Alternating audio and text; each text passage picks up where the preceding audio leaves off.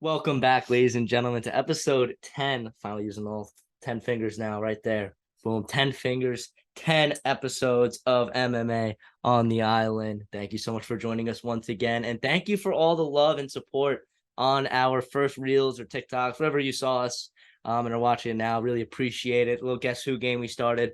Got a lot of traction. We're now over 100 followers on Instagram. So much appreciated by that for everyone who watched, liked, and subscribed, followed, whatever the case may be.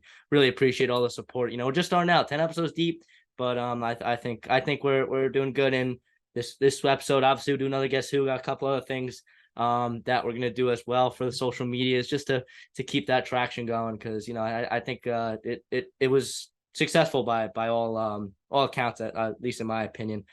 So very happy with that. Appreciate all the support as always. And but without further ado, we missed us last week. Sorry, I was away in Florida and has own things going on, so we couldn't find a time to record virtually. Not a big deal at all, because we're gonna break down UFC 291 right now. You haven't heard us talk about it, so let's talk about it right now, because it was quite the card, and it started from the very beginning with the man himself, Mr. Big Mouth, Kevin Holland, putting on a show against Michael Chiesa, and really that fight was never close. He dominated never from start close to finish. And you know what's ironic about that fight is Chiesa has been choked out with the DR's choke 3 times.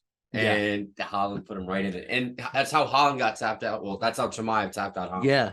So I thought it was funny, little circle. And there was he looks good, man. There's no reason. I understand, like, he wants to eat a little more and fight at 85, but I know he doesn't give crap about becoming champ, but he is legit. I think he could be a legit contender at 70. No, I agree. I've always thought that Kevin Holland was way more talented than people gave him credit for. I just think just because of his style and the way that he fights and the way that he presents himself, he's not somebody who seems like he's too serious about like a title run, but I think he's someone who could very well be in the mix for sure. And it was just a really, outstanding performance. And it was funny because Michael Chiesa acknowledged that on a podcast and was like, well, I'm not getting Darce choked in this fight against Kevin Holland. And then he did. So, just props to Kevin for, finding that submission and really dominating that fight. And Chiesa really was never in it in the 2.5 minutes that it lasted. So just an outstanding job by Kevin. And looking to the future for Kevin, I would like to see him fight the winner of this week's main event in Luque RDA. I think that would be a good fight for him in the rankings. Again, like you said, he doesn't like cutting down to 70. But if he's serious about it, this would be a good opportunity for him, because Luque stands at the 10th ranked in the welterweight division right now. Kevin's 12th, so this would be a nice bump up for him. RDA would probably take Luque's spot if RDA wins that fight. So either way, it'd be a good fight for Holland up in the rankings and against 2 tough guys, 2 veterans that I think he would have a good chance of beating. Absolutely. Yeah, that would be good for him, because I know he doesn't. He said something in an interview about, like, he doesn't want to go right to the top right away. It's about, like, making money or something like that. So he's in no rush to be a top 5, top 3 fighter. So taking that small increment, that small jump, fighting the 10th ranked guy, then maybe, somebody from 7 to 8, maybe Jeff Neal after. I don't know. That would be good for him. I know he could do it, because, like you said, the guy has so much potential, and he absolutely it could be best utilized at his current weight class. Absolutely. And for Michael Chiesa, I mean, I feel like it makes sense for him to, obviously now with that loss, I don't know if he wants to hang it up just yet. I mean, if he wants to hang it up, I think all power to him. I think that he's, a great analyst, and I think he does have a future outside of fighting already solidified for himself, because, the UFC likes to have him, whether he's at the table as an analyst or, ringside, being one of those guys. Either one, I think he's very good at. So I think he has a future in the bigger fighting picture outside of fighting. But if he wants to continue fighting, I think a fight with Michel Pereira makes sense. A guy who, after that what? I think he just moved up. Pereira? Did he really? Called out So after not making weight for Wonder Boy, he's not fighting it. I could look that up, fact check me, but I'm pretty sure he said he's moving up a weight class. Oh, well, if that's the case, then never mind. But again, I could be wrong, but I'm 99% sure he said he's moving up. Oh, okay. Well, then I guess that's probably what's best for Michel Pereira then, because he missed weight, 3 pounds, and that's something I want to get into later in the show too. That whole dispute with Wonder Boy not getting paid, another Dana White L I'll continue Well, to did you trash watch talk on the this video? podcast. Dan actually explained it, and it kind of made sense. Nah, You I don't agree. We'll talk about it. We'll talk about it. I did watch the video, but we'll talk about it. We'll talk about it. But for Kiss, you can also get a guy like D-Rod in there, someone who's kind of on a fringe top 15 guy. Santanigo, Ponzinibbio, another name that you could throw out there. Li Jiang. There's a bunch of guys there that Kiesa could fight, and a bunch of guys that could be deserving of that 15th spot. But what a performance from Holland. And looking forward to his next fight. He likes to stay active. He's gonna fight. He wants to fight at the end of the year, and I'm looking forward to seeing who that's against. Yeah, I think so. He's somebody he at least fights usually 3 times a four year. times a year He anyway. fights a bunch.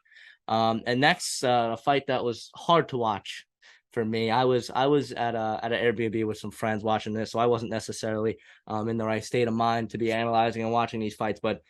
This fight just broke my heart. It was so upsetting to watch. Tony Ferguson versus Bobby Green.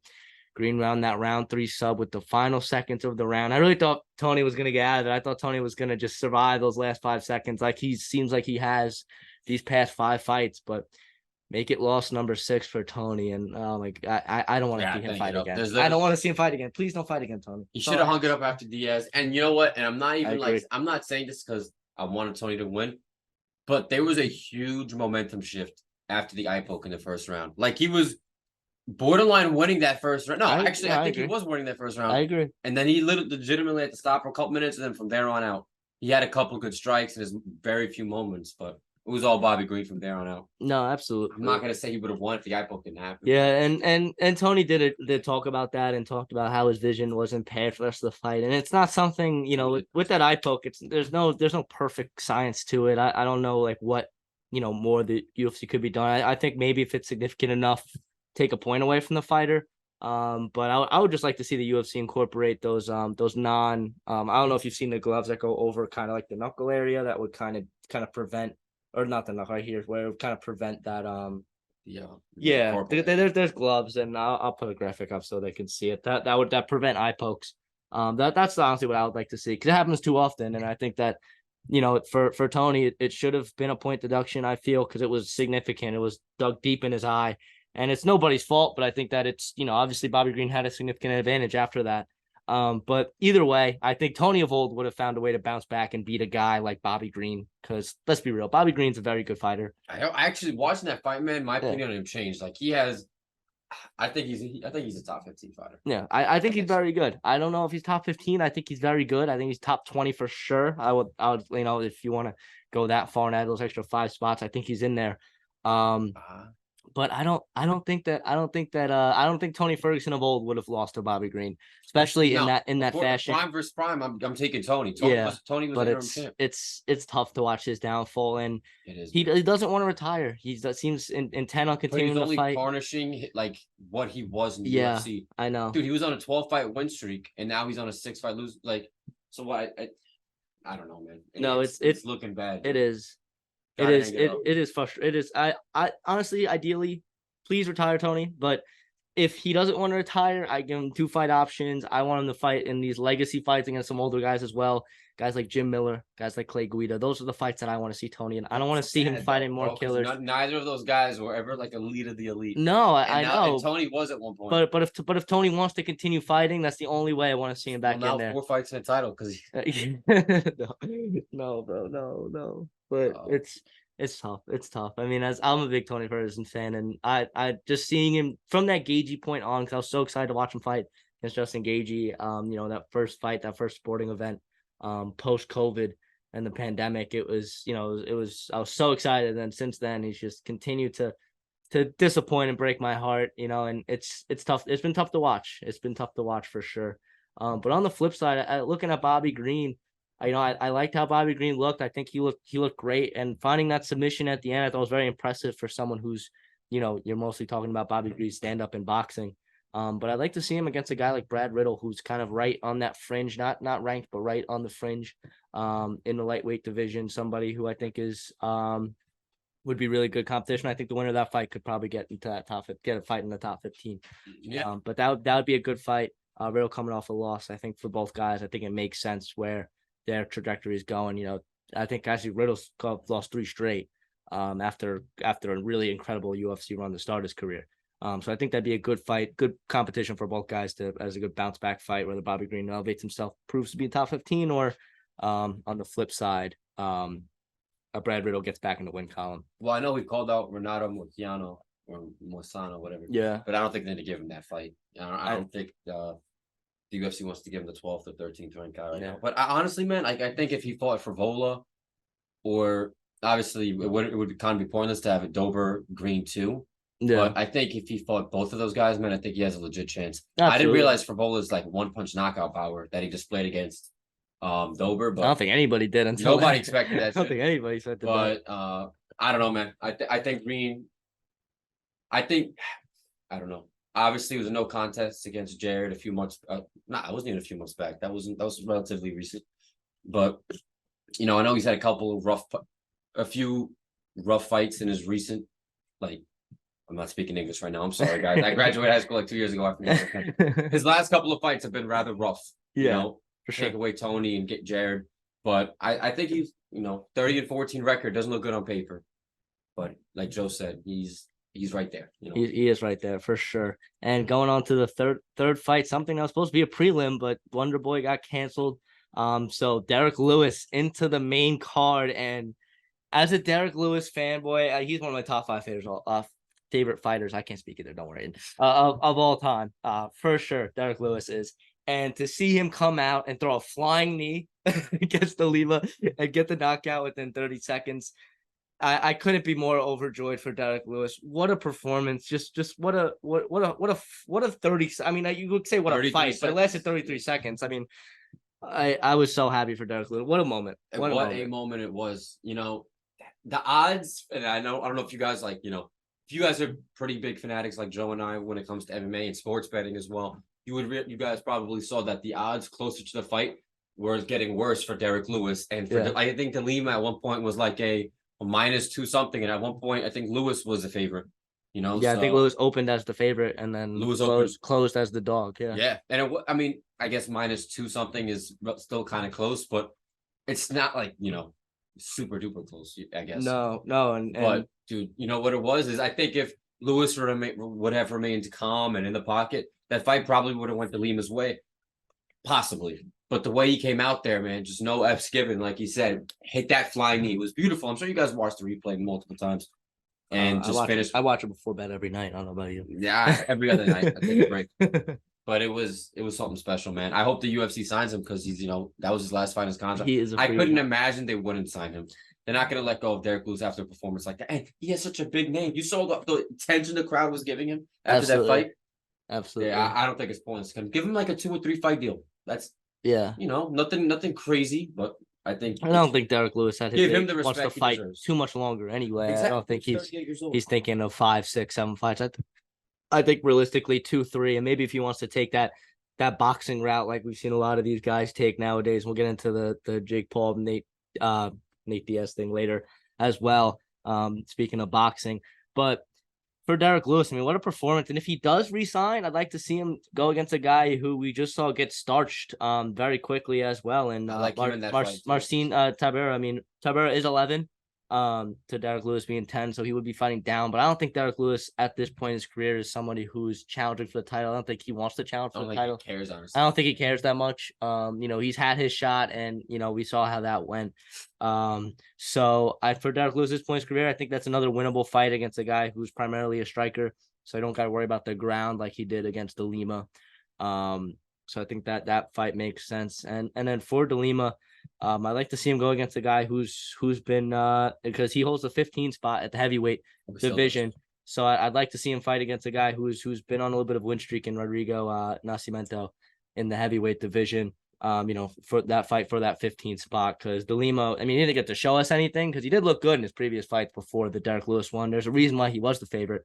But against another Brazilian who's who I think has stand up and ground threats as well. So De Lima's another one. I don't know how much tread he has left on his tires. He's 38 years old. Yeah, so he might be hanging up the gloves relatively soon as well, especially after that performance. I mean, you can't even say he looked bad because it was just over so quick. Yeah, it was. Yeah, that's one of those fights where it's like you can't even analyze it. It's like, what happened? No. But the best part of it was the celebration. I know. That For a was split so second after he hit that knee, I'm like, crazy. dude, he might get like 4 seconds to beat Masvidal's time. Yeah, Like Masvidal when he did that to Askren, he like had his hands behind his back for a second and then went, but like yeah. Lewis went straight on. I was like, oh my. It was so crazy. It was so crazy. I couldn't. It was something you couldn't even process. It was just like, oh my, what just happened? And then he was I just know. beating him down. You're like, let's go. It was awesome. Such a great moment, a vintage Derek Lewis moment. Takes his pants off, tells everyone to suck it like it's 2010 again. Just great times for Derek Lewis, and he's somebody who the UFC, please resign him. That's all I ask. Resign Derek Lewis. I just want to see him 2 or 3 more times. Let him get 1 or 2 more knockouts, and I'll be happy. Right. I'll like Oh, to he see got him. the record too. He did. Yes, he did. Now he's Yes, at you're right. 14. You're right. Got to mention that. He now holds the record for most knockouts at 14. Yeah. Incredible. Who Incredible. I know Matt Brown is one of them. I think there's somebody else who's 13. I don't know off the top of my head. I could look it up. But Definitely not 40. No, definitely not 40. I'm bugging out. I mean, Derek Lewis, what a fight.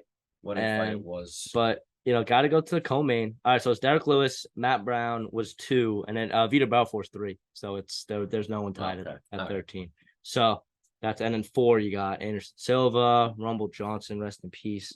Thiago Silva, Michael Bisping. So a lot of guys after that. Michael Bisping. Yeah, at 10. I'm surprised by that too. I can't believe he knocked out 10 dudes his career.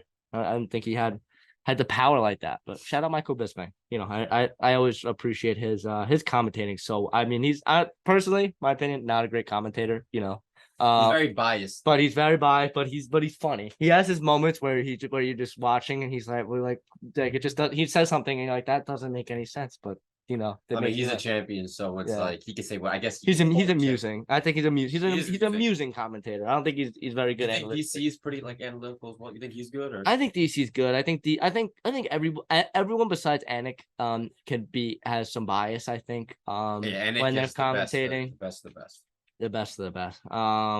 For sure. But I think Dan Corn better than Michael Bisping for sure. I think that's the reason why you'll see Bisping do fight nights and Daniel Cormier gets the pay-per-views because he's good. I think he's very, especially when it comes to grappling, he's always walking the viewers through the positions and telling of guys what a guy should be doing to get out of the position, and then if they're doing that or if they're not doing it. I always like that perspective, especially as a fan who's a little more hardcore. I'd like to see a guy who's an Olympic wrestler, a guy who's one of the best wrestlers that in MMA history, walk people through, those kind of technical things that someone who didn't wrestle their whole life or someone who just doesn't know that details, wouldn't know necessarily. So I like DC. I like DC as a fighter. I thought it was a little boring. DC? But yeah, he wasn't the best. He wasn't the best. I thought his style, he's very much just like I was holding his hands like that. But we'll debate that another time. He was I don't know. He's one of 4 double champions, Joe. No, he's elite. He's elite. But as a fighter, he wasn't one of my favorites. I mean, I can't really crap on you for that. I mean, let's look at who he's knocked out. No, I mean, he's the way he knocked out Miocic. I mean, but then you know what? And I was thinking about this the other day. I'll just think about this briefly. Like, okay. If Jones, like, obviously DC had a few. I don't know off the top of my head, but he had obviously numerous title runs at title defenses at 205. But like, if Jones never like effed off outside of the cage, like would DC ever been champion at 205? Like, no. And he got beat by the guy twice. I know once considered a no contest, but no, like he'll have to, and he'll never admit it. Like, why would he? But he has to live with the fact that in his era, he was the second best at his weight class, despite having that champion status. Yeah, he would forever be the second best. I can't really say I disagree with that statement.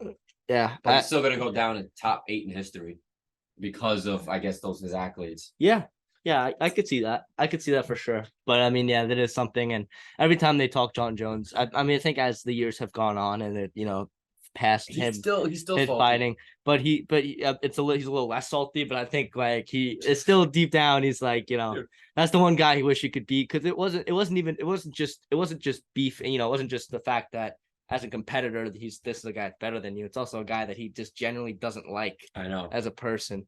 And for that guy to beat you up twice and to forever be, better than you, that's a tough pill to swallow for sure. But DC again, great commentator, great fighter. Better than Bisping for sure in both respects. I think, yeah. No, But co-main event time and a fight that was had a little bit of controversy. But I was fine with the result. Pereira versus Jan Blachowicz.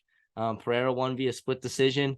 I didn't agree with the split decision. I thought Pereira banked those two rounds. So? I think so I thought personally. Jan might have had 3. Yeah, I don't know I'm not because mad at the decision either, but yeah, I think it's tough because it goes back to that debate. Because I feel like there's like 5 debates in MMA, and one of them is when it comes to scoring, it's the control time and grappling versus the effective striking. And I think that for me personally, if Jan was beating down on Pereira when he had him down in the third round, you're right. or was threatening a submission, I give that round to Jan. But the fact that he had him down for, I think it was what, two out of the 5 minutes, I think, in that third round. Yeah, it was of the control time. Yeah, it wasn't the whole round, but it was less than half of it, I would say, probably around 2 minutes. But he did nothing with it. But he didn't do anything with it. Yeah. And you saw how he was after the fight. Like, he was sitting down against the cage, breathing heavily. Pereira was standing up. And obviously, there was visible damage on Blahovich's face. Pereira's was relatively clean. Yeah. So I guess on paper, like, I don't know, like with the control time Jan had, and in the significant strike discrepancy wasn't that big in the third round. Like, you think it was like Pereira's 30 something to like Blachowicz 20. Like, it was in the single digits. It was close. Yeah. But like I said, just the way you look at both of those fighters at the end of the fight, it was a clear indicator of who won. I don't know if that's, what Blahovich's age catching up to him, and he's 40 years old. But Pereira's not a youngster either. He's 36. But he has aspirations of becoming a double weight class champ. Absolutely. I don't know if it's going to happen. And I think that's what's next for him against Yuri Prochazka. I love that fight. Yuri's excited for that fight. When he was on the MMA Matter talking to MMA, can't speak again. Ian. I don't know what it is today. We just can't talk. I think I got my but vocabulary back. I'm excited to watch that one. That's gonna be a great matchup. Don't sleep on Yuri's wrestling in that fight. I think that might be the X factor that gives him the edge. But for Jan, it's a tough spot for him now. He's coming off that draw. Is he still ranked third? That weird draw. He is ranked fourth now. Pereira took his 3. That weird draw versus Ankalaev. So for him, I wouldn't want to see him take too much of a drop off in competition. Again, he's 40, but he's in good shape. He looked good against Pereira. He wasn't, by any means. I thought he was coming into the fight. I thought he was going to win the fight. And I was, it really went relatively kind of how I thought it was in terms of the wrestling being Jan's X factor. But give him a guy, Nikita Krylov, who's won a couple, and I think that he's somebody who's not too much of a step down in competition for Jan. And because I think Jan, I think he should. I wouldn't be surprised if he challenges for the belt again. I think he's 1 or 2 wins away. That's just especially especially in the light heavyweight division, again, a really shallow weight class.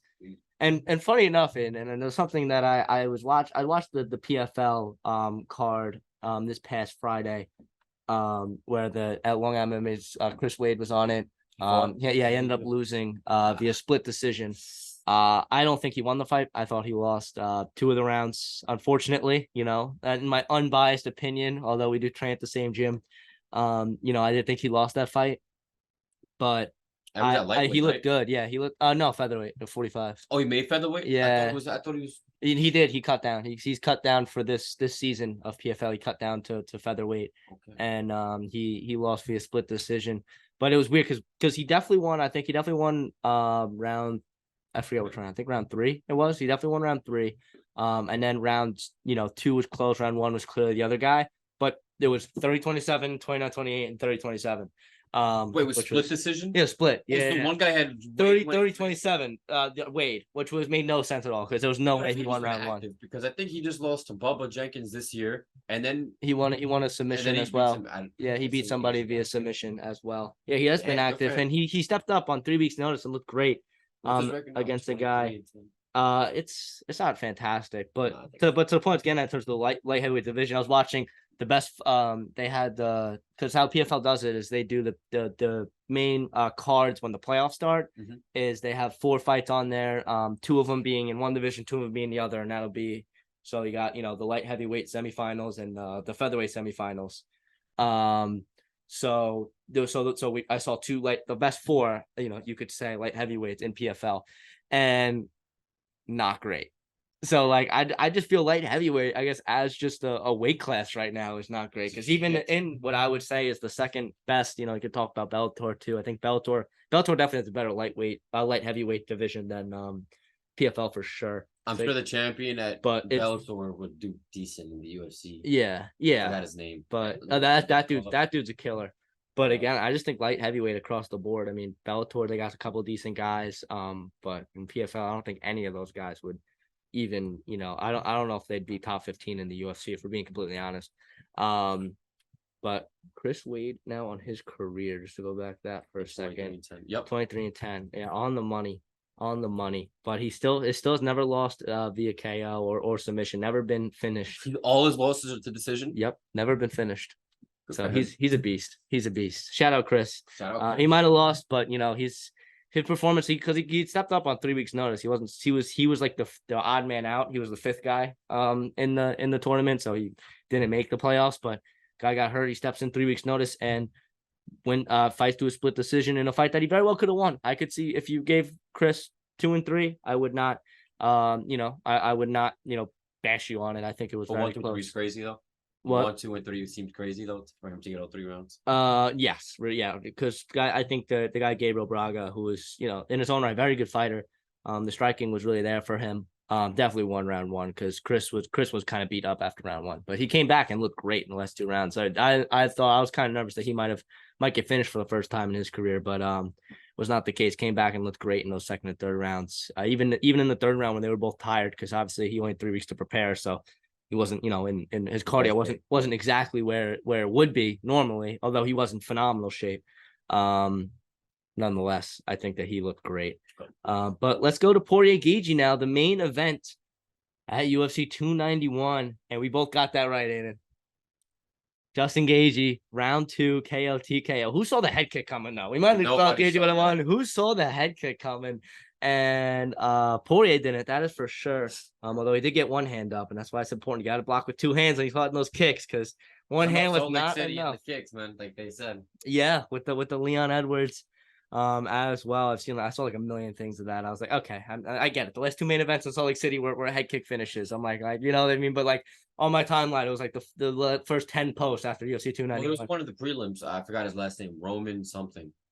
He has like a curly afro looking white on 291. Yeah, it was on the prelims of that fight. Oh yeah, Roman Kopylov. That's how he beat. Yeah, he also had the head kick, right? Yep. So there's something about those head kicks in the air at Salt Lake City. But after that first round, man, the rest of the fight looked like it was destined to be a war.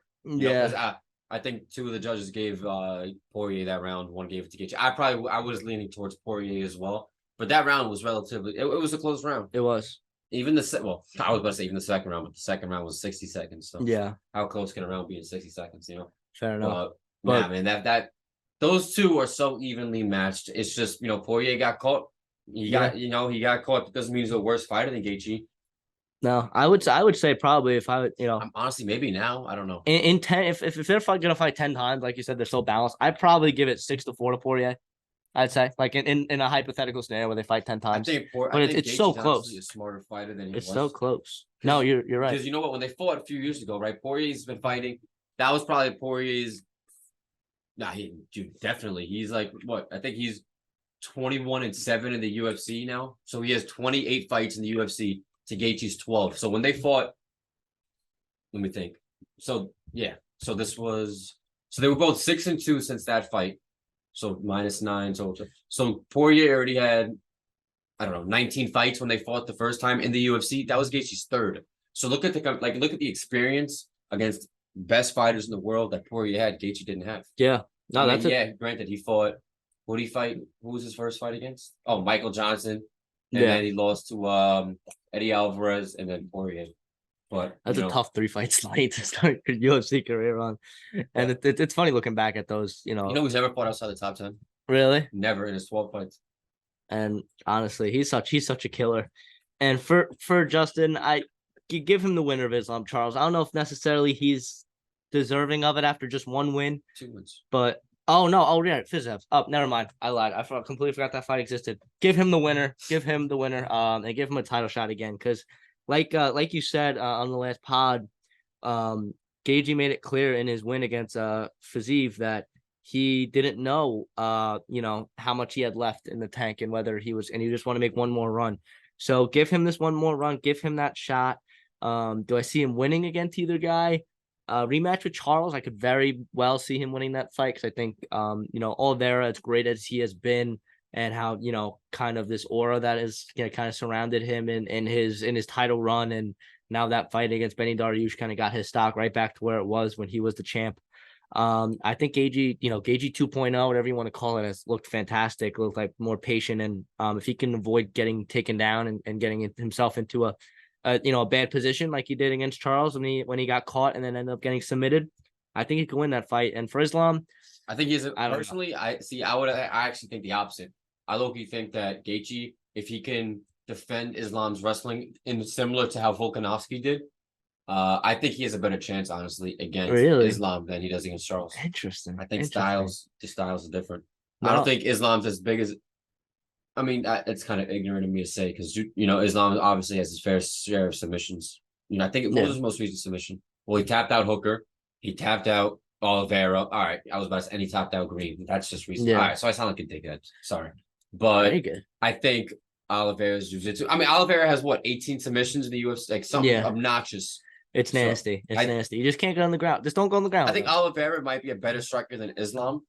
And I think Gaethje's a better striker than Oliveira, if that makes sense. Yeah. I think Gaethje's the best striker out of the three. Exactly. And I just think if he could avoid if it's a standing kickboxing match, I think he beats both of those guys. Of course. But again, it's a different sport, MMA entirely. So it's tough. But I mean, I think he has a good chance against either guy. I think Islam, after that fight with Volk, he lost that kind of Khabib aura, where Khabib kind of had that invincible, unbeatable. He only lost 2 rounds in his UFC career. Yeah, one against Gaethje and one against McGregor. Yeah, but for Islam for him to lose, in that close fight against Volk, I think Volk being able to defend the takedowns, defend a lot of the submission threats that he got put into.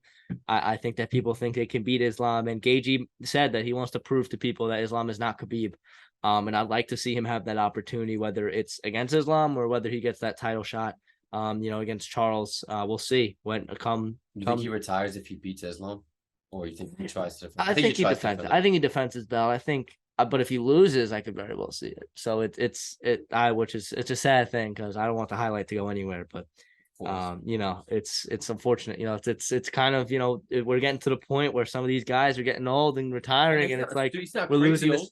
He's the same age as Oliveira, and I don't hear Oliveira talking about retirement. Nah. Well, same age. To be fair though, Gaethje is like. I mean, I feel that he has eggs for brain. Yeah. Like dude, scramble for sure. Yeah, he's definitely punch drunk. That's how they like to call it, but. I'd love to see him keep fighting, but yeah, I think probably for his health, I think it'd probably be best if he hung it up. And I'm sure he's made enough money, in the UFC to be able to be good for his entire rest of his being, and he's probably will do other things as well.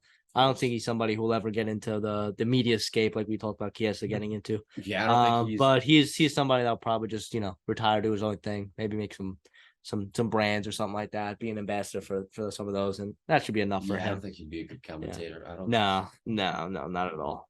But for Dustin, I mean, it was a tough loss for him, and he was somebody he was talking after the fight that he was kind of upset about the loss because he thought that he was the better guy just overall, and thought that he was he kind of sacrificed a lot for this fight. Apparently, ironically enough, though, we said this was the easiest weight cut.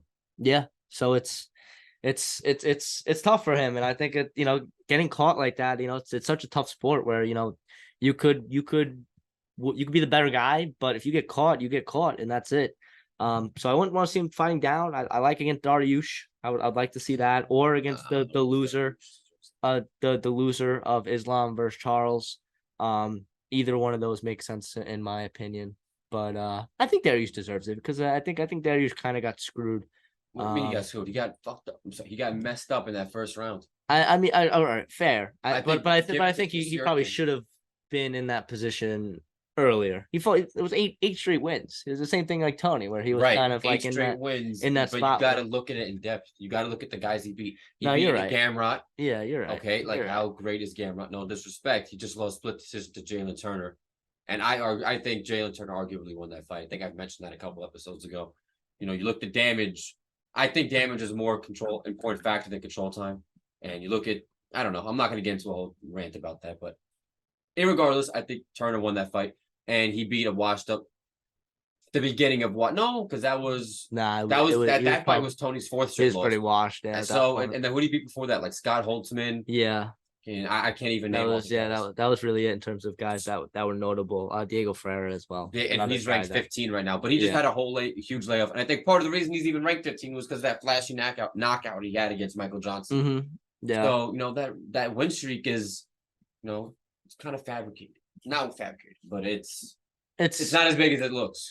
That's fair. That's fair. And I'm not shitting on the guy. I like Vinil Dariush I think he's a skilled fighter. I like him as like a person. I follow him on Instagram. I watch his clips. He's a family man, religious man, all that. But I don't think he's deserving of a top 3 opponent right now. He should probably fight down a little bit. My opinion.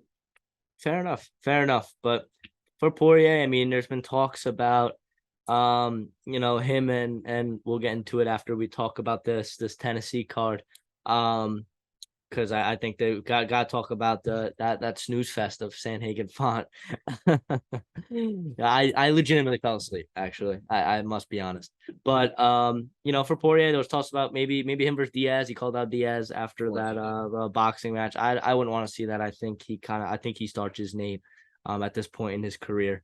But for Poirier, tough loss, but nonetheless, I think just a great overall card. 291 was, even though we lost 2 fights in the Wonder Boy fight, and Costa, both were supposed to be on the main card, both were not there, and I think it was still a fantastic night of fights.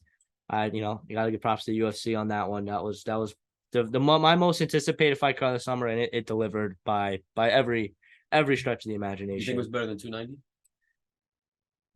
That's tough. I think 290 was slightly better. I'd probably agree, but close. for me, I think 291 was the most anticipated. For my opinion, I wanted to see that one the most, and I think that it delivered. I think that delivered on my expectations. But we're just gonna go through the top 3 fights of this last card. Obviously, I gotta mention Diego Lopez, fantastic in his submission victory. Somebody who was very hyped after coming off and losing a close decision after stepping in on week's notice to fight I forget who, but stepped in on week's notice to fight somebody. Yes, and then ended up losing that fight very close, and then he came in and dominated Gavin Tucker and ran that round 1 submission. So shout out to him. Tanner Boser looked good in his light heavyweight. I think it was his 3rd fight at light heavyweight, but he looked good, with the weight cut. I think that was good. Heavyweight. Yeah, he's a big boy. But got now back to light heavyweights. Dustin Jacoby versus Kennedy Nizaku. Dustin Jacoby, man, as the underdog, came in and slept him in round 1. And some were saying it was an early stoppage. For me, I thought it was fine. I thought that, it was pretty much over. I don't think Kennedy was going to do too much more. But what a showing from the light heavyweight. A lot of people didn't really give him a chance in this fight. They thought, it was kind of Kennedy 2.0 because he's kind of turned the corner his UFC career and won a couple straight. But Jacoby proved to be the better fighter that night. And he's ranked 15 right now, right? Yeah. So that would have been Kennedy's shot at the ranking. Absolutely. But for Jacoby, I'd like to see him, against anybody in that 11 through 14 spot. You got Menafield, Clear Roundtree, Dom Reyes, who we did. I think Reyes would make sense. Reyes would make sense for a return fight. I think that would be fine. I think that'd be good competition. But I mean, we haven't heard from him. Is he coming back? And it was funny because a lot of the people commenting, they're like, we forgot Dom Reyes even existed. And fair enough. Fair enough. Because I think the last time he fought it was so long ago. He got knocked out by Ryan Spann. Jeez. That's what just starched in the first round, dude. That was bad. That was a fight. I was like, oh, okay, they're giving him a bounce back fight, and it did not work out that way. Nope. But for Jacoby, Dom Reyes definitely makes sense. But any one of those guys, 12, through 14, Roundtree or Menafield, also great fights at light heavyweight. But to the women's strawweight division, Tatiana Suarez, after a hiatus, has come back and has looked dominant, and she dominated Jessica Andrade. on Saturday night. Now 2 straight submission victories after a 4-year layoff. She's somebody at women's strawweight that People want to see her fight for the title now. and I don't blame him. I think that she's deserving of that, or she's deserving of the number 1 contender in Esparza. I think it's one of the two. I don't think that she deserves to fight anything lower than that, because she just looked so dominant, and in a division that there's not too many. I think that you look at it, you got a couple. Maybe she should fight. I think Jan would make sense. Yeah, Yang is on. That makes sense. Thug Rose hasn't fought in a while, but she's still in that top. We look at the top 5. She's fighting Manny Fiore in September. Yeah. So she's fighting up now. So she's not even So now you got that in that top 5. Amanda Nunes just lost.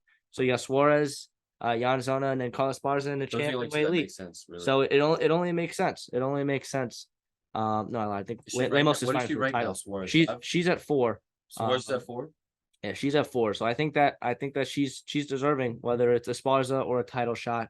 I think she's next, and she's somebody who has a knack, undefeated, and has a knack for finishing fights. And in women's MMA, a lot of people will crap on it. A lot of people have a lot of different opinions on it, but I like women's MMA when you got girls that are going to finish fights, like Tatiana Suarez has proven, and she's an exciting one at women's strawweight, someone that I don't want to miss a fight of hers. For sure, and she looked great against a veteran in Jessica Andrade that was really never in it, unfortunately, because I like Andrade too. She's a very exciting fighter, but she's just not her night. Year, dude. 4 times this year. Yeah, she needs to take a break. She needs to take a break. She went 1 for 3. Yeah, is 1. She lost 3 straight. It's rough. It is. It's not a good side, man, because she's got finished early in all 3 of her losses. 2 in the first, 1 in the second. Yeah, but she's somebody who's, I think, just as like you said, just fought too much. I think. Has just fought too much this year. I think she needs to take a step back, take a little bit of a break. Even if she fights in December, I think that's fine. But that'd be 5 fights this year. That's just nuts. That'd be crazy. Listen, payday though. Payday though. You know the last fighter who fought 5 fights in a year? Do you remember? This one. Holland? Yes. He's so active, it's crazy. I love him. But onto the main event. Sandhagen fought something that me personally, I was very, very excited for. I was looking forward to it. And what a disappointment, honestly. Like I said earlier, I legitimately knocked out. I was watching on my couch, fell asleep, and woke in the second round. I woke up. It was the 4th, and he was still laying on top of him, doing relatively nothing, with the half guard or for whatever position he was in. But it was a frustrating fight to watch. I mean, I understand Sandhagen obviously came out. He was very apologetic to the fans, which I can appreciate. As fighters don't really, they don't deserve. He doesn't really have to say sorry to anybody. He doesn't. I don't think he doesn't owe anybody anything. But I respect the fact that he cares enough to apologize to the fans, because he knows he wants to be an exciting fighter, and he's somebody who's delivered in every fight I've seen him fight in outside of this one. He tore his tricep in the first round, and so that played a big role in his game plan the rest of the way. A lot of people also talk about the fact that he was training for a guy in Umar Nurmagomedov, where the advantage for Sandhagen was probably going to be on the ground, because Umar's striking is just fantastic. So it's, it was, there's a couple of different, points and reasons why this fight didn't end up delivering the way that most fight fans thought it would. But I don't think it should be a knock against Sandhagen, especially since of how many fights he's delivered on, because you think of his last 4 or 5 fights, they've all been bangers, win or loss, in his favor. So just I think he's somebody who's right now in the bantamweight division. Some people calling for him to fight Merab. I don't think Merab deserves to fight anything that's not the title, because I think Aljo is going to vacate. By everything that we've heard from him, it makes sense that he would be vacating the belt after this fight, whether he wins against O'Malley or he just loses the belt and then moves up. But he wants to move up. So I think that Merab versus either O'Malley or maybe Sandhagen at that point. But I don't think Sandhagen deserves to. I don't think Sandhagen should be fighting O'Malley, fighting Merab. Cejudo was talking about how that performance gave him a chance to fight for the title next. I don't see that. Maybe match those 2 guys up to see who should fight for the belt against Merab Sandhagen and Cejudo or O'Malley. Yeah, I could see that. I like that. But yeah, like you said, Merab should be exclusively just fighting for the title. Yeah, absolutely. But you talk about boring fights, right? And that fight was boring. But like you said, his last few fights were boring. But speaking of Marv, look at his fight. He had a great performance against Jan. But look at the fight he had again prior to that against Jose Aldo. I think he had double-digit takedown attempts. I don't even know if he landed one. Yeah. It was a clinch fest against the cage the entire time. People thought that was boring, and it was. But you know what? He won the fight, and then his next fight, he proved, that he's not just like they like to call wrestlers, crotch sniffers, quote unquote. Mm-hmm. So, I think it's unfair of fans to judge Sandhagen off this one performance, especially with the circumstances, man. His torn tricep, like that compromised his game plan a lot. So That's not the fighter he is. I'm sure that's not what he goes into the fight looking to do. Oh, let me just grab the guy and hold him down because I'm too afraid to, throw hands. Because, when has Sandhagen ever been scared to throw hands? No, absolutely not. He's somebody who has one of the best striking, I think, not only in bantamweight, but in the UFC. Exactly. In his diversified, approach, kicking, knees, striking, everything about it is beautiful to watch when he's on his game. So, Exactly. I'd like to see him against Cejudo. I don't think Cejudo would take that fight. I think he would. But I don't know. Maybe this helps to stir the pot a little bit and ends up making that fight because Cejudo was kind of trashing on him after the performance. Although Cejudo being a wrestler himself doesn't really make it. I don't know. It doesn't make sense for why Cejudo. I think Cejudo's just kind of trying to tweet his way. He definitely shouldn't get a title shot again into another title shot. But I think a fight with Sandhagen. I think that fight makes sense, and then the winner fight for the title. I think it's as simple as that. 3 versus 4. I think it makes sense. Book it. And then for Rob Font, I don't think that this fight taken on a couple weeks' notice should hurt his stock too much. I'd like to see him against a guy like Song Yadong right there in the division, ranked 7-8. That would be somebody we haven't seen a little bit. So I think that would be a great fight. Both guys get a full fight camp. I think that makes sense. Maybe Yadong and Yan. I would love that fight. Yeah. But I think Yan said he's taking the rest of the year off.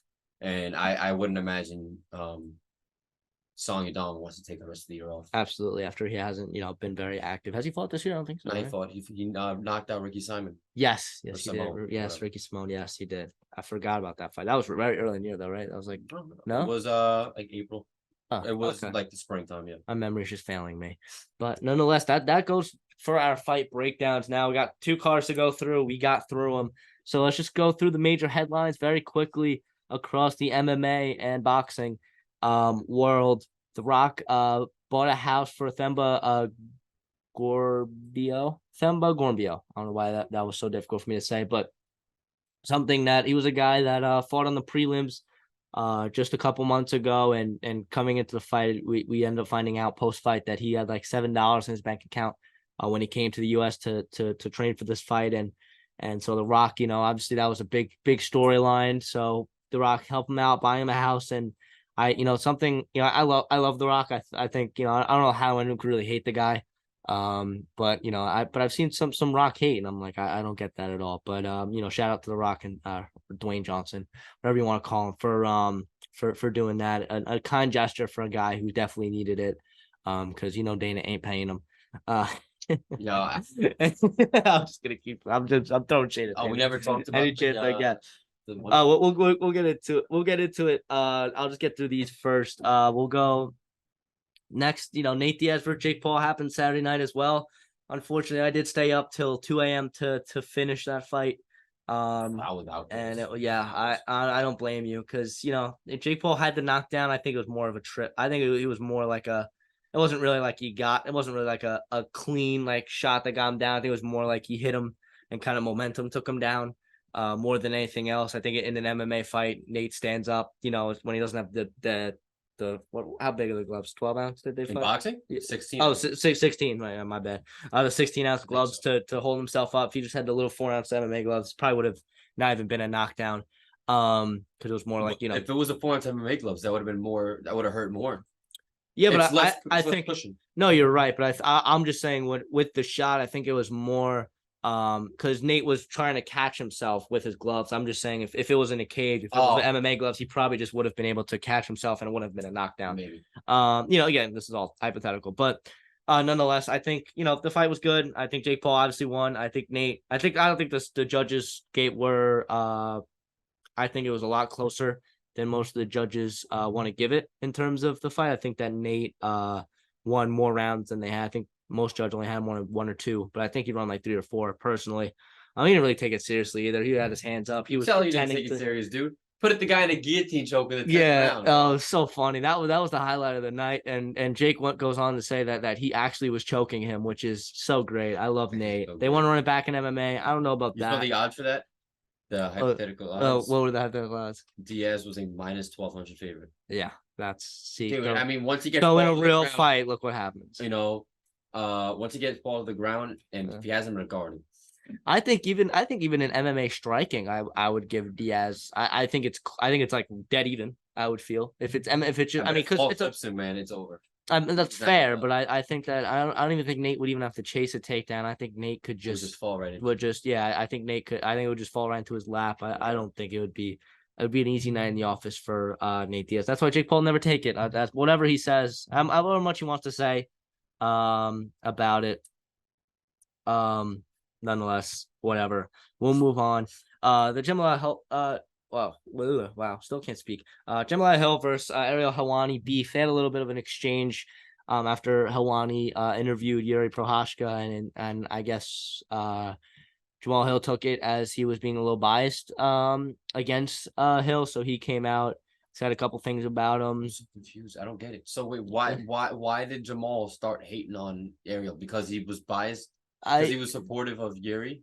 Or he was favoring Yuri? I see, because I watched some of it. I didn't see all of both things. I read the tweets. I didn't listen to the whole Yuri interview, so I can't say exactly like what his beef was about certain things he said.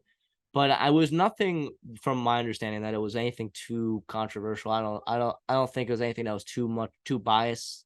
But some guys just get in their feelings sometimes. So I think it was more than anything else. And then Helwani, of course, trying to capitalize, was like, "Oh, come on my show." As Jamal? Yeah, he really didn't respond. He was like, "Come on my show, and we'll talk about it." But Jamal was like, "Fuck you up." Smart business, smart businessman. Yeah, with one, what did he hurt his shoulder, right? So you got like one. Jamal? Yeah, or whatever the case may be, whatever he injured. I think it was his Achilles. Oh, his Achilles. I think I'm mixing up him. Yuri was a shoulder. Yuri was the shoulder. He's the Achilles. It don't matter. He had one Achilles. He would mess Ariel Helwani up. But that's a beef. That's just all right. Whatever. Moving on. Who cares? Exactly. And then another thing that who cares again, but I have to mention, Conor, after Gagey won, was calling to fight him at the BMF. He was like, the plans to beat Gagey for the BMF and then welcome Nate back for the trilogy. But Dana clarified, I believe, that McGregor's fighting Chandler. I think it was. Yeah. I don't know if it was on because the Ultimate Fighter just started. Yeah. Again. I think the finale. I don't know if it was the finale. Not the Ultimate Fighter, guys. I'm sorry. The Dana White Contender Series. That's what I meant. Yeah. And I think there was a press conference, and I think he said, McGregor's fighting Chandler. Yeah. So it seems like that's what's in the cards. Conor, whatever you want to say, he's trying to get out of it, whatever the case may be. But nonetheless, I think that just some more Conor McGregor nonsense on Twitter or X, whatever you want to call it. Just spewing some nonsense. Yeah, I know. But it's a weird thing, but it's a weird times that we live in. That is for sure. But next, for our third segment, far from unanimous, it's time to debate some things. And we're going to start with something that me and Aiden already disagree upon. We mentioned a little bit earlier in the show. Should the UFC pay Wonderboy his show money? Aiden, I'll start with you. Should the UFC pay Wonderboy his show money or any compensation at all for choosing not to fight Michel Pereira after he missed by 3 pounds? Now, here's my opinion on that, right? At first when I heard that, I was like, you know what? I think Wonderboy should get his money. However, when I watched Dana White explain in the press conference why Wonderboy wasn't necessarily getting paid, it made sense. Right? So Pereira was 3 pounds off weight, right? Yep. And he weighed in at 74. Now, if Wonderboy had taken that fight, he would have received 30% of Pereira's purse. That's a hefty amount, right? That's option A. You don't want to take it. I get it. The guy is 29 years old. You're 40, pushing 41. You don't want to fight the young, hungry guy who, if he's weighing at 74, missing weight like that, he's probably going to be close to 90 by fight night. Fine. Yep. Whatever. And you know what? I guess that makes sense. Because again, not again, but Wonderboy's the 7th ranked guy, Pereira's the 15th ranked guy. So in a way, Wonderboy was giving Pereira a shot to, get into that top 7, 8. area. And you know what? He didn't make weight. He had one job. He didn't do it. Fine. But then apparently Wonder Boy was offered by Dana White another opponent. I think that's still disclosed because I don't know who that other opponent was. I think it was Ian Gary because I heard Ian Gary saying stuff about him possibly fighting, but Ian Gary's booked to fight Jeff Neal in what 2 weeks or something like that. So no, next week, no. Oh no, it's like the 22nd. Next week card? No, he's not next week. He's on the 292 card, so it's in 2 weeks. Yeah, that is 2 weeks. Okay, so he didn't take that opponent, and it's not like this opponent would have been much later. Wonder Boy was still in fighting shape, and he didn't take it. I understand Wonder Boy. He's not, and he just said he's not looking to fight for anything but belts, right? Obviously, being the 7th ranked guy, coming off of a few losses prior to the Hound win, he's a few wins away from a belt, unless he, that. There was a lot of speculation recently on him possibly fighting Kamaru Usman because Usman never got to fight Wonder Boy. And, those are both, I guess, two legends, I guess, in their era. But yeah, so I'm going to try not be as long-winded as I was just now. I think that if Wonder Boy had taken one of those two options, he would have gotten paid a fair amount, but he didn't take anything. So Dana White already said he would possibly reimburse. Oh, not possibly. He was going to reimburse him for his camp and, everything like that. But I guess so what, he's going to come out with nothing? I guess that seems messed up, but he didn't want to take either fight, Bajeda and whatever fight Dana offered him. So I'm not completely mad with it. I'm 60-40, 60. I understand Dana 40, all right, give the man his money. He's a legend of the sport. See, I'm 100-0 personally. Because I mean, and it goes, obviously, as you've heard on this podcast, I'm not a very big fan of Dana White, although I respect everything that he's done for the organization. I think there's a lot of things that he's done that is a misjustice to fighters, such as pay. And this is another pay issue. And for somebody who I saw a comment, and I love this, so I had to repeat it. For someone who go out with the Nelk boys and drop 250 on 30 minutes of blackjack, but won't give Wonder Boy, who's probably his show money, I don't even know. It's probably more than that, but I couldn't imagine that it's something as significant as some of the top elite guys. But for somebody who's fought so much in the UFC, has challenged for the title on multiple occasions, and is a fan favorite. If you ask, somebody who's not a big fight fan, who Wonder Boy is, they know who Wonder Boy is. They know who Stephen Thompson is. And I for all the points you said, and I understand why he wouldn't. It would be too big of a risk for a 7 for 15, for somebody who really only is interested in, and it's unlike somebody like Derek Lewis, who we talked about earlier, being somebody who's not really interested in the title, and that's something that's not on his mind, similar to Kevin Holland as well. The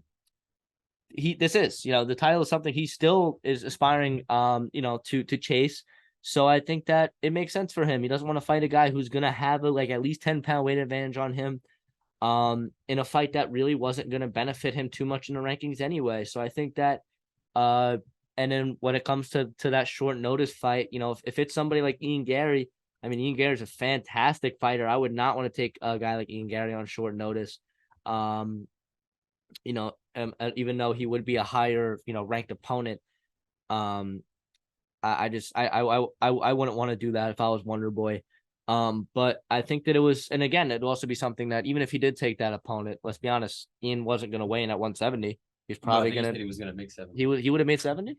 That's crazy. But all right, well, if he would have made 70, that's a different story. But I understand the reason for Wonder Boy pulling out, so I get it.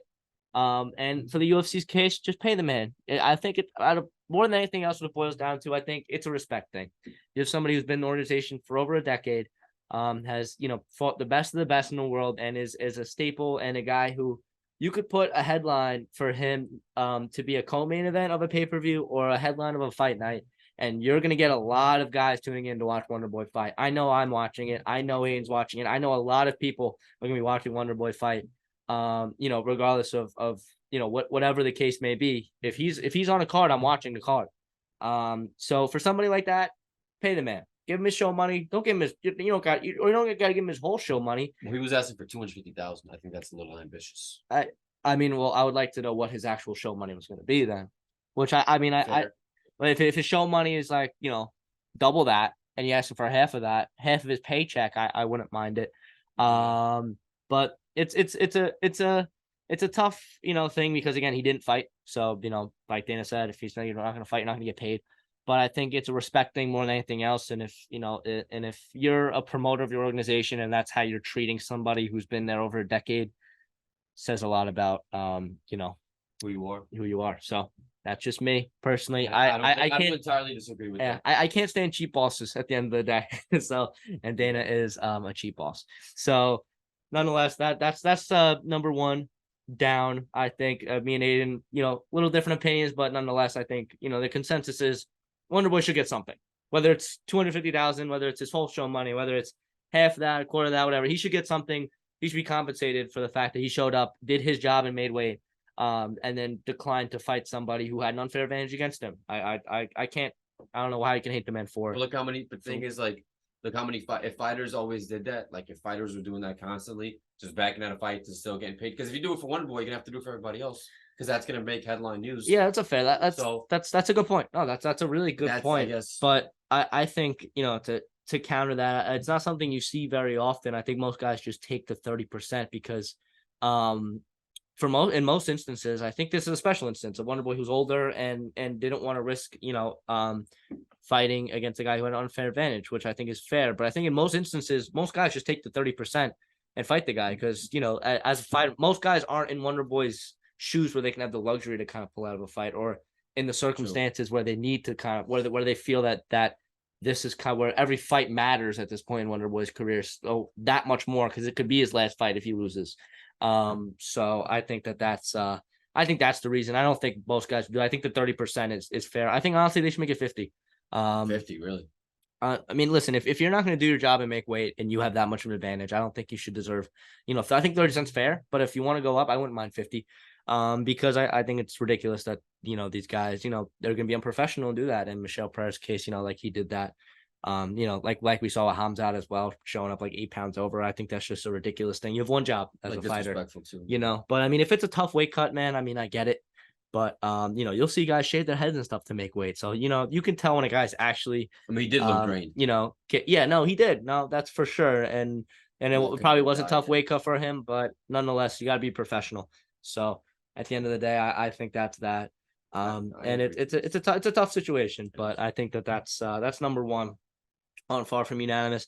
But for number two, going back to UFC 291, will either Gaethje or Poirier ever be a UFC champion?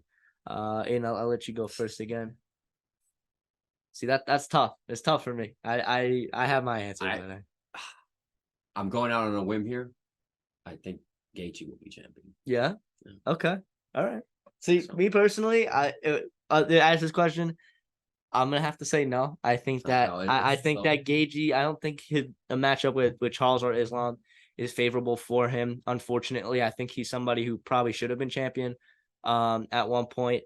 Obviously he's had the interim strap, same with Poirier, but I don't think either guy at this stage of their career is in a position to get over that hump because it would just be too many fights for. I think Poirier is probably 2 fights away at this point in his career. I don't know how much he has left in the tank, although obviously he's looked fantastic every time we've seen him. He hasn't really taken a step down, or slowed down by any means. But he's somebody that I don't think matches up with Charles or Islam either. I can't see either guy beating any of the guys that are in that 1 and 2 spot. So my answer would be no, unfortunately. As much as I'd love to see both guys, I'm a big fan of both guys, but unfortunately, I don't think so. Yeah, I don't know. Like I said, I think Gaethje kind of matches up well with Islam. So Islam, I think he'll beat Oliveira again. I don't know. Unless I think Justin has a better chance against. I think he has a better chance of beating Islam than he does against Volk and Oliveira. I think Volk is just too technical and too crafty for Gaethje.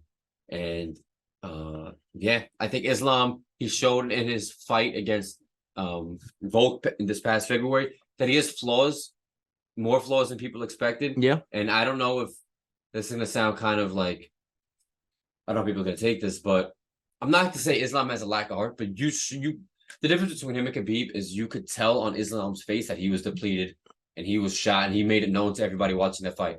Khabib, when like look, remember, I don't know if you guys watched, but when he fought Poirier, that choke was super tight, synced in, and Khabib, he he was like, I'll never tap in front of my father. So regardless, he wasn't giving up. Not to say Makachev was giving up, but I think if that fight in that fifth round lasted legitimately another 90 seconds to 2 minutes, I could have seen a possible TKO.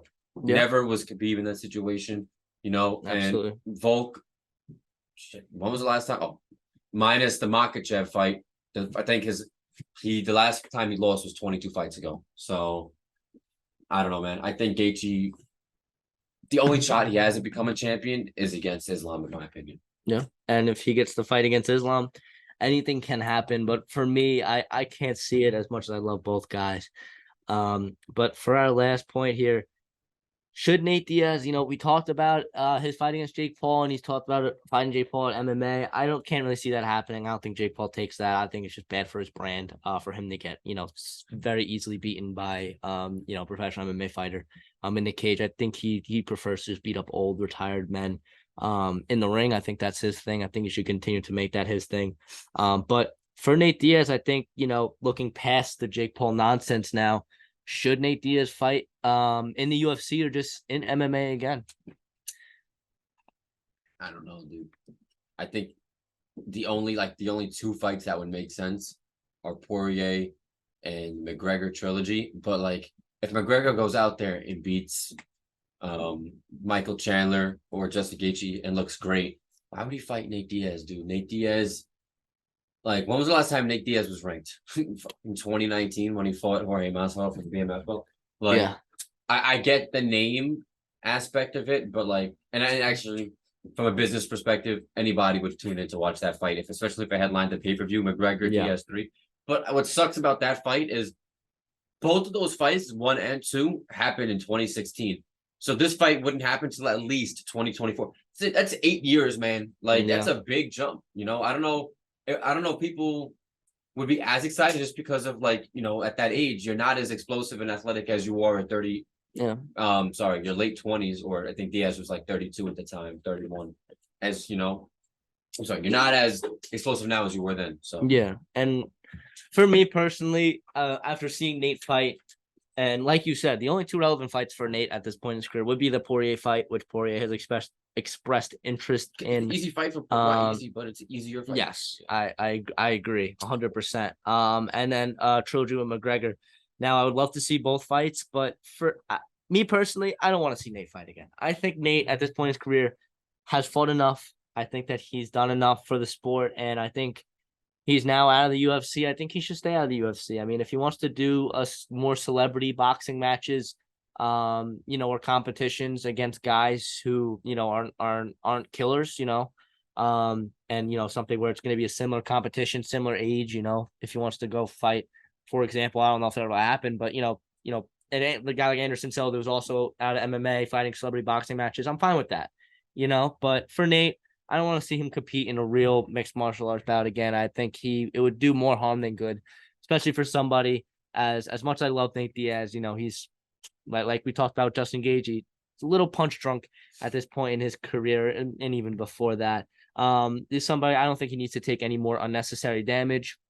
Granted, boxing would do that, but nonetheless, I don't want to see him in a cage again. So if I'm in Nate's corner, I'm telling him, just hang it up. You had an amazing career. You're 41 years old.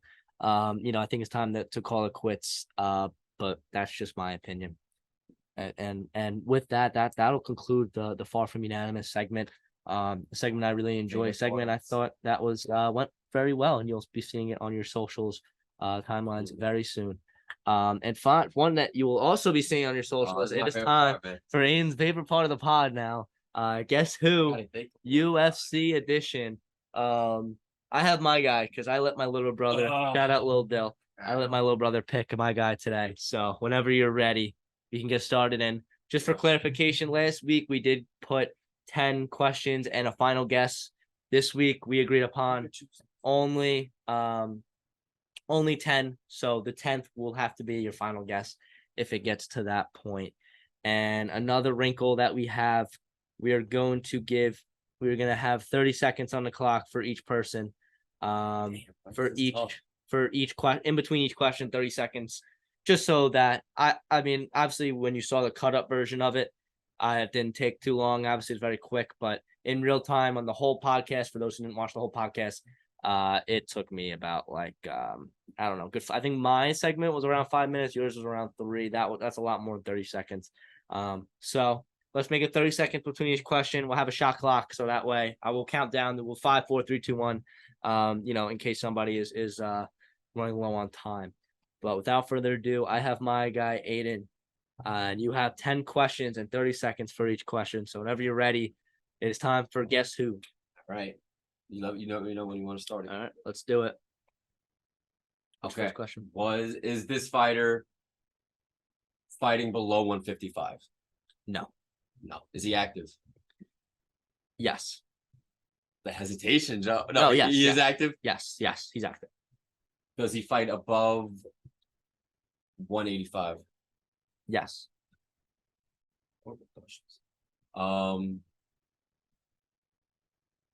Is he a light heavyweight?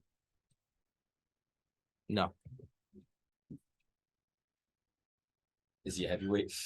Yes. All right. All right. Oh, I got the dumb questions out the way. Now I can get down All to right. business. So yeah, 5 questions left.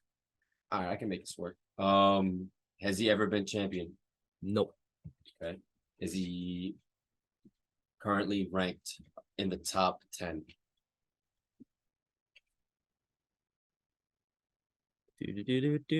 Yes. So you have 3, right? Or you have 2? I think I have 3. You have 3. Damn, now we got to go back to the school. No. I'm pretty sure. You got 3. You got 3. Top 10 hasn't been champion. And does he have a fight booked? No. No. 2 questions left. The top 10 heavyweight fighter that does not have a fight booked. Oh, I can narrow this down. Hold on a second. Oh, I have like limited time frame. No, you're good. You got 20 seconds. Take your time.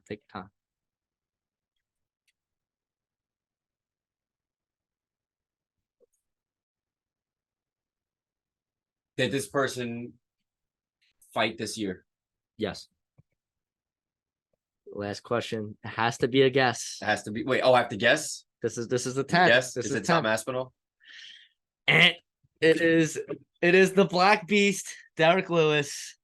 My god, that was 11. Oh my god, I think it was 10, bro. Oh my goodness. So Aiden moves to 1-1 on the pod in the Guess Who game. My little brother picked Derek Lewis this morning, the Black Beast, and the Black Beast, like he did to DeLima, was just too much for Aiden. What the questions I was asking was horrible at the beginning. I started picking up. Your questions were so sharp last time, and this time I'm not so much. I'm like, I'm so actually really upset right now. Wow, they were very. All right, Joe. I was gonna take it easy, but I can't let you even this. I can't let you get one up on me, man. Of course. I'll give you. Since I'll give you this, so you have the 30 seconds. There, you can put it 30 seconds. All right, whenever you're ready, I'm ready. Actually, I'll close my tab. I won't close the laptop. But whenever you're ready. Okay. I got one. Go. All right. Is he still active? No. Oh, we got a retiree. Did he fight in the last 2 years? I don't believe so. No, actually, 100% didn't. No. Has he fought in the last 5 years then? You can go to a fact check. Go on the fact check. All right. Don't go to Jeopardy. I'm not looking. Sorry, guys. Give me. You said 5 years? 5 years. No. Oh wow. Okay. It's not like it was close. Okay, it's close. So what do you have? That's 3 questions. I have 3 questions down. Has he ever been a UFC champion? Yes. Okay. Was he okay, so 4. Was he fight above 185? No. Okay. So was that 5? Yeah. You got 4 more questions again. I'm like this. 4 more again. Okay. Did he fight below at or below 145? No. Okay. So 155 or 170. He was a former champion. I got a question. So I got 3 more questions, right? Um, has he fought in the has he fought in other organizations, whether it is MMA or boxing, within the last 5 years post UFC retirement? Oh, Sorry about that that. was almost bad. You'll I almost he gave it almost away. dropped the main event of the evening. All right. Two. So I got 3 questions. I don't believe he has, no, unless I think this last fight was. So he hasn't competed since. So he's a 155. I kind of went dickhead on this one. Nah, I was just stingy that I Nah, lost. You're good. No, it has to be difficult. Listen, we have to prove to the audience at home that we're not casuals. I know I'm not for a fact. So 170 to 155. You have 2 more questions. Former right? champion. 2 more questions, and then I guess. Or 3 guess. Okay, so 170, 155, former champion, has fought in the last 5 years. Go to 155. So you got Eddie Alvarez, RDA. Who's before RDA? You know what's funny? Because I was going through this with my little brother, and I was like thinking of old past champions at different divisions, and I was like stumped. But 170. 170's welterweight. Nah, Woodley fought Jake Paul. You got some actually. Who was before Jake Paul? Who was before Woodley?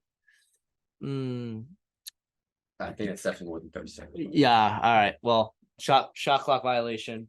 So 1 question left, and then a guess. I'll just narrow it down. Was he a 155 champion? Nope. Okay, so he's 1. So now you got like 5 people who can guess. All right. So it's between. Yeah, I hope you don't get this. Oh man, this is tough. Make sure you got the 30-second talk. This is last question. Is the guess. Give me 5 seconds if I don't get it. I mean, if I'm down to 5 or 10 seconds, let me know. All right. You're at 15. Damn, bro. Who did Robbie beat? 8 seconds. No. All right. Man, I'm struggling right now. Who was the champion before Robbie Lawler? Oh, all right. I'll let you guess. Final guess. You don't know. You gotta throw it out there. Just throw it. I'm just gonna guess Robbie Lawler. I know it's wrong, but it's all right. 1-1. Who is it? Johnny Hendricks. Johnny Hendricks. Oh, that's who. Dang it, man. Because didn't RDA beat Johnny Hendricks or Yes. No, Lawler beat Johnny Hendricks. One of the two. RDA beat Johnny Hendricks. Dang it, that was the guy I was missing. I was like, all right, who is, because it was RDA is still active. I know. And Lawler fought within the last 5 years, so I knew it was wrong, but I was just like, man, 170. All right. Well, all right. Fair enough. Nah, that was tough. That was tough. That was tough. That was harder than the one you gave me. That was good. No. That was good. That was good. Respect. Mad, yo. I'm gonna have a talk with Dylan. All right. Well, that's gonna do it for the Guess Who game. That was fun. That was hard. That was difficult. I'm looking forward to seeing this right now. Yeah. I'm not losing another one until whatever this game is up. I'm gonna go undefeated here and now. You guys can DM Joe privately, give him a guy. I'm getting it. This was an off week for me. And listen, with the knowledge I have, that's not usual. Yes. So if you guys want to DM me, again, suggestions for both of us. Absolutely. Send a DM to the MMA on the Island on Instagram or TikTok, whatever. Or commented on YouTube, whatever the case may be. Let us know who you guys want to see us guest next, because I like the Johnny Hendricks. That's a good pick. That's a tough guy, and I think that there's gonna be some tough guys in the future as well. I think we're just gonna ramp up in terms of how difficult these guys are. Johnny Hendricks, someone I should have got though. I just think it's. I thought you were gonna get it. My UFC. I just sometimes I just blank on things, and it takes me a while. Like the way my brain works, like it's like if you gave me probably like 5 minutes after when I was on that 10th question, I probably would have got it. But 30 seconds, my brain was like, brain fart. Well, I literally Johnny Hendricks. That was literally between Aspinall and Lewis. Everybody else, I was thinking in my head, has a fight book. Yeah. Everybody else in the heavyweight division has a fight book. Yeah. Blades have a fight book? Yeah, Almeida, 4 and 9. Yes, yeah. And who's 7 right now in heavyweight? Volkov is fighting Tuivasa, 7 and 6. Spivak and Volkov, yeah. So everybody has a fight book except Blades. Aspinall's 4, Oh Stipe's yeah, 3. Blades is fight. Yeah. Yeah. Oh, wait, does Palovich? Sergey doesn't have a fight though. So Oh, it'd be right, all right. right. So you had three. You had three options. You had three options. So I guess Did he that's not. fight this year? Oh yeah, he fought Blades this year. Yeah. All right. So I guess that's not bad. Nah, That's not the bad. questions I had to make up for lost time. Questions 7 through 9. Nah, fair enough. Fair enough. But That was- we'll get better as this goes on, and we'll. I'm not losing, so I already know I'm as good as I could be. Oh, that's great. But all right, so wrapping things up here, next week got an interesting one in Vicente Luque versus Rafael dos Anjos, 2 Brazilians going at it. Couple other good fights there. You got Cub Swanson, against I don't even Hakeem Dawadu. I got to do more research. I don't know who he is. You know Hakeem? In the featherweight division, Dawadu. I don't know him personally. That's the co-main along with Khalil Roundtree versus Chris Dawkins. That should be a good one at light heavyweight. But a lot of good fights. If you're looking for my best bet, I'm not going to do it on the pod just yet. Look out for the Instagram, TikTok, YouTube short. That's where the best bets are going to be from here on out. Along with a little preview of the next card, because I want to use the podcast more of a recap and some of these other things, and then we'll use the socials for the look future to this next fight card, because we film these early in the week, so most people aren't looking at this fight card, including ourselves, till later in the week. So that's when you're gonna get the content from us. So with that is gonna conclude episode number 10. So next we'll week, officially be running out of fingers. Aiden's getting in there next week. But a really fun episode as always. I had a lot of catching up to do, but I think we caught up on everything and some. So be on the lookout for what you'll be seeing. Obviously, this podcast full length will be out before you see any of the other shorts. So be on the lookout for the pod. Hopefully Thursday morning it'll be out. So I love all you guys. Thank you so much again for the 100 follower milestone. Be looking forward to calling that 1,000. Yes, and from then on, up and up and up and up. Again, 10 episodes in, only bigger and better things from here. So for me and Aiden and my boy Bob, who wants to look shirtless as always. Maybe he thinks that'll attract more viewers. Maybe attracting me. Hey, listen, you're not alone. What? But that's gonna do it. Hope you guys enjoy. Till next time. I'll see you guys next week. Enjoy the fights.